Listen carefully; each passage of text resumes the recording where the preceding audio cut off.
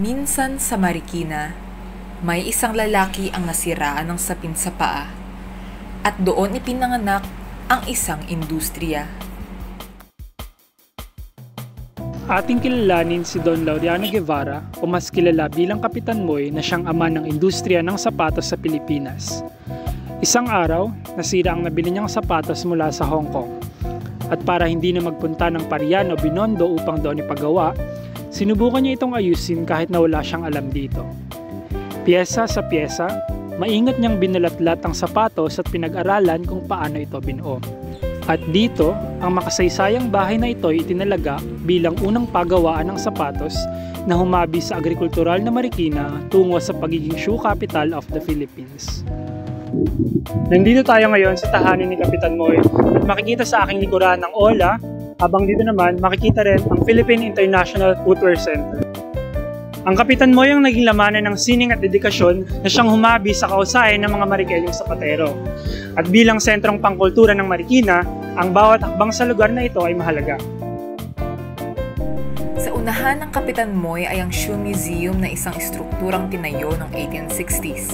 Sa katunayan, dito kinulong ang huling katipunerong si Macario Sakay nang madakip siya ng mga Amerikano. At noong 2001, binuksan ito bilang shoe museum kung saan tampok ang daan-daang pares ng sapatos ni former First Lady Imelda Marcos at iba pang kilalang personalidad. Dito, nakilala namin ang ilan sa mga pinakamatatandang sapatusan sa lungsod tulad ng Marlet, Gemily, at ang Valentino. Kapag natanong niyo na ang isang akasya sa Calle J.P. Rizal, tanda ito na nakarating ka na sa Museo ng Sapatos. Alam niyo ba na isa ito sa dalawang natatanging century-old na puno sa buong Marikina? Kaya naman ang mabuwal ito ng isang ipo-ipo noong 2018, pinangalagaan ito ng Marikina LGU ng tulad sa bonsai.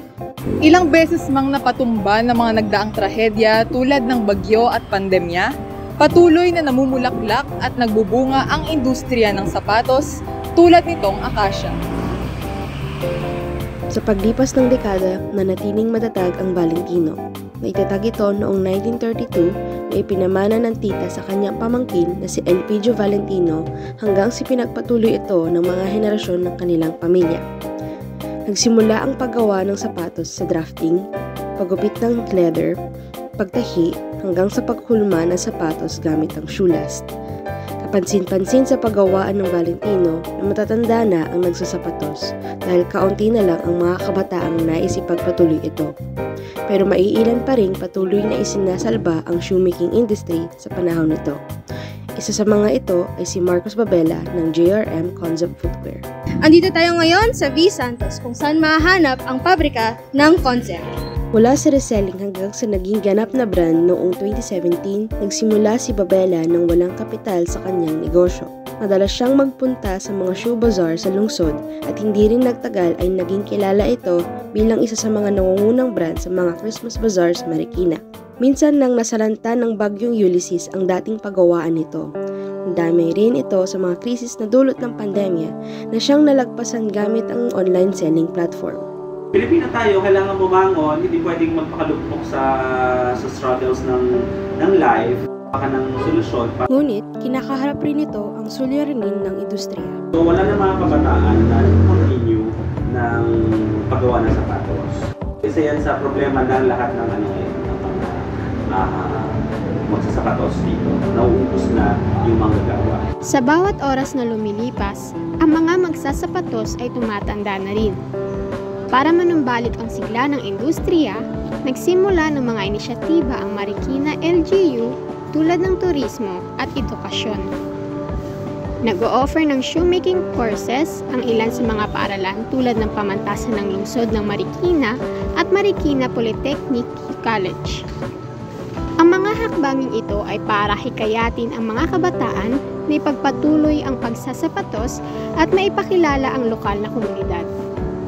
Mayroong puwang ang mga kabataang nais lumikha sa lungsod ng Marikina. Hindi natin namamalayan ang mayamang kasaysayan sa bawat sulok na ating dinaraanan.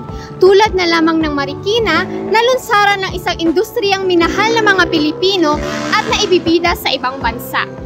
Ang bawat pares ng sapatos na suot natin sa ninanais na tahaking ay nagbibigay buhay sa ibang tao. Mga sapatos na puno ng maraming kahulugan at karanasan na naging gabay tungo sa kaunlaran. Sa pagtangkilik ng sariling atin, nagsisimula ang ating landas upang komunidad ay kilalanin.